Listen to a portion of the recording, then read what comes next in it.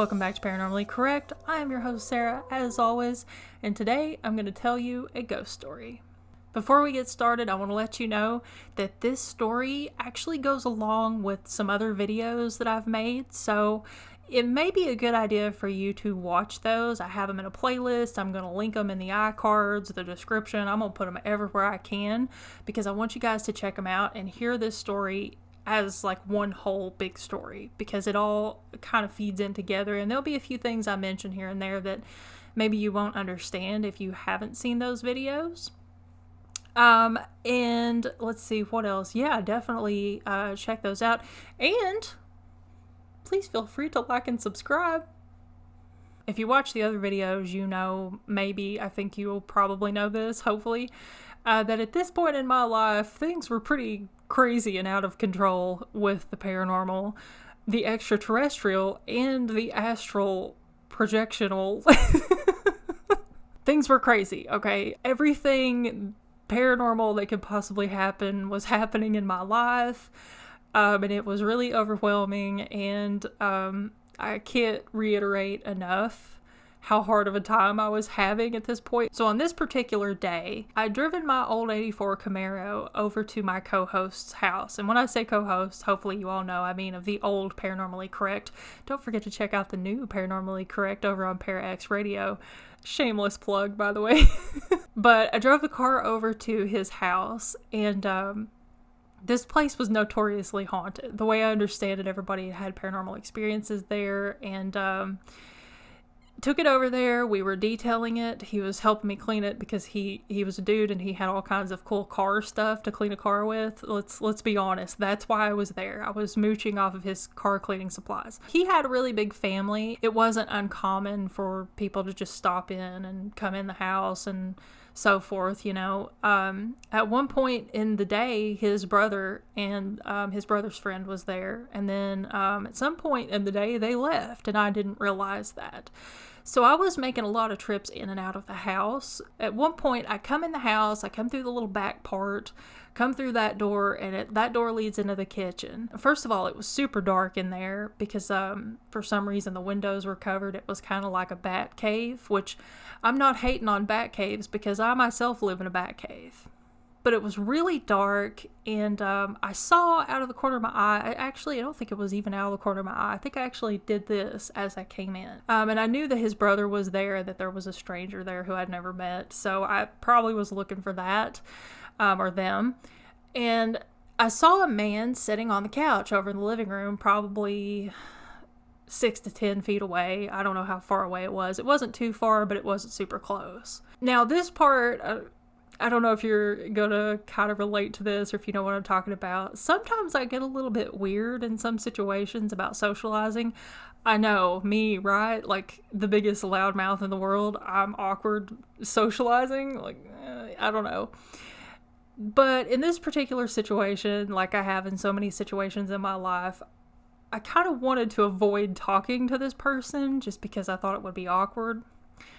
I don't know, maybe that doesn't make sense, but that's the short of it, okay? Don't judge me. In my head, it made sense to pretend like I didn't see him, and I went on about my business. And now, while I'm standing at the sink, rinsing out my bowl and my rag and stuff and putting some more dish detergent or laundry detergent, whatever it was I was cleaning my car out with. Yes, I cleaned my car with laundry detergent. Again, don't judge me. As I'm doing this, I could see out of the corner of my eye that this guy is sitting on the couch, leaned over, looking at me. And I'm like, and it was making me really uncomfortable. What made me even more uncomfortable is that this dude that I don't know is sitting there watching me, and he's not even saying anything, you know? He didn't say hello, howdy, how you doing, hola, he didn't say anything. And I also didn't see my friend's brother, who was there too. And that's who I assumed this person on the couch was my friend's brother's friend. So, I got really uncomfortable and I dashed out of the house really quick. I didn't even look back. I didn't look to the side. I just ran back out because I just had this weird heebie-jeebie kind of feeling. You know what I mean? I get back outside and I tell my friend, my / co-host, I was like, what is up with that dude who's here with your brother, his name? I was like, he did this and that, and I told him what had just happened. And he stopped. And he's like, they already left. And I was like, no, because they're in there. Well, one of them is, I assume your brother's maybe in the bathroom or something. He's like, no, they left. He's like, I said bye to them as they left. They're gone. Somehow, I know this sounds stupid, probably. I mean, let's be honest, it might sound stupid, but I didn't see them leave at all. I didn't hear them leave. I don't know where I was. I don't know how it worked out, but I didn't know that they had left. Then I was like, well, okay, but who's the guy in the house? And he's like, there is no guy in the house. And I was like, I swear to God, there's a guy in the house. So I think we may have even went in the house to look, and there was nobody. And the front door was locked too, so it's not like somebody came in and went back out the front door. He asked me what the person looked like, and I described this man to him. Let's just say that was pretty much an entity who had been seen there before. Like I said, this place was haunted. There was a lot of stuff happening there pretty much all the time. It wasn't uncommon at all. Actually, I think it was more common for paranormal activity to occur there than not. I'm not entirely sure how far apart these incidents happened, but there was another time, sometime after this, where my friend texted me a picture. And I had the picture for years, and I can't seem to find it. If I can find it, I'll put it in here. If I can't, I'm really sorry. He was outside walking his dog, and he was taking a picture of his dog, but he accidentally kind of got the back of the house in the picture too. And in the doorway, you can kind of see what looks like an apparition. I'm not going to say that I think it is an apparition, but then again, I don't know. Maybe it is. And another weird thing about that was, I believe the porch light was on in that picture, and he said that he didn't have the porch light on. So I think that's what caught his attention initially about it. The next thing that happened, this is where it gets really freaky. There was a bear coming into the backyard. And he knew that because there was bear poop everywhere.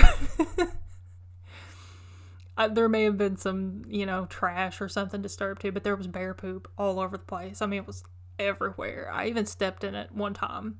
Out of curiosity, just to see if he could catch it, he set up his trail cam. He pointed it at this particular area where the bear poop seemed to kind of focused, we'll say. The main goal was basically to see if it was maybe a baby bear, a whole bunch of bears, one big giant dinosaur bear, a man bear pig. It basically could have been anything in the realm of bears. That's why he set the camera up, and that's what he was hoping to catch, but that's not what he caught. And actually, I don't think he ever caught a picture of the bear at all. So for days, he had this camera out there at night trying to catch a picture of the bear. Or bears. There was one particular night when I was over there, but it was pretty late and I was getting ready to leave. And he was going to walk out to the car with me in case the bear was out there, of course. Before I left, he's like, oh, wait a second, let me check and see if I got a picture of the bear. So he takes an SD card out of the trail cam, puts it in the computer and checks it, and then he's like, oh, wait a second, I caught something. So now I'm going to show you some pictures. The first picture you're going to see here is a picture of him when he set the camera up. Trail cams are usually motion activated. You all may or may not know that, depending on how much experience you have with that type of technology. Another thing I want to mention is that the time and date is off, but the time's actually not too far off. It's only off by a few hours, I think. Another thing I want to point out is that trail cams, and this one as well, use a type of night vision technology, so that's why everything looks kind of weird. Now this photo is really important because it gives you an idea of what a person looks like in front of the camera, and that's why I'm showing it to you.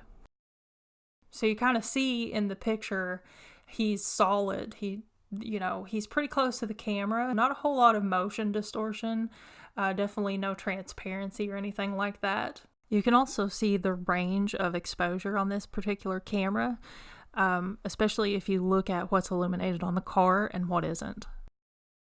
So the next picture, this is actually the first of 2 captures of whatever this entity is. And you can see that there is a little bit of a humanoid form there. There's so much to say about this picture. First of all, there seems to be some type of mist. I'm really glad that car was there because that kind of gives us some details as to what happened when the camera shuttered. The next picture, once again, you can really see that humanoid form, but this time I think you can see it much more clearly. And I think it also kind of helps you see it a little better when you see the second one, then you go back to the first one and look at it again. Something that's really interesting about these pictures in regard to the flash on the camera, I honestly don't think that the camera flashed. If it did flash, it looks like the flash kind of cut through this mist and only hit a few tiny spaces on the bumper, but I don't believe that there was a flash. I could be wrong about that, but just from what I know from, analyzing photos and videos and stuff like that, to me it doesn't look like there was a flash. But if there was, whatever this thing is, it's like the light hit it only, But the other interesting thing is if there was no flash, then that means this thing's producing its own light source. You guys know I like to play devil's advocate, and that's why I'm kind of giving you both scenarios there, because I can't tell you with 100% certainty that the flash didn't fire. I don't personally think that it did, but if I'm wrong, I kind of want to give you that scenario too.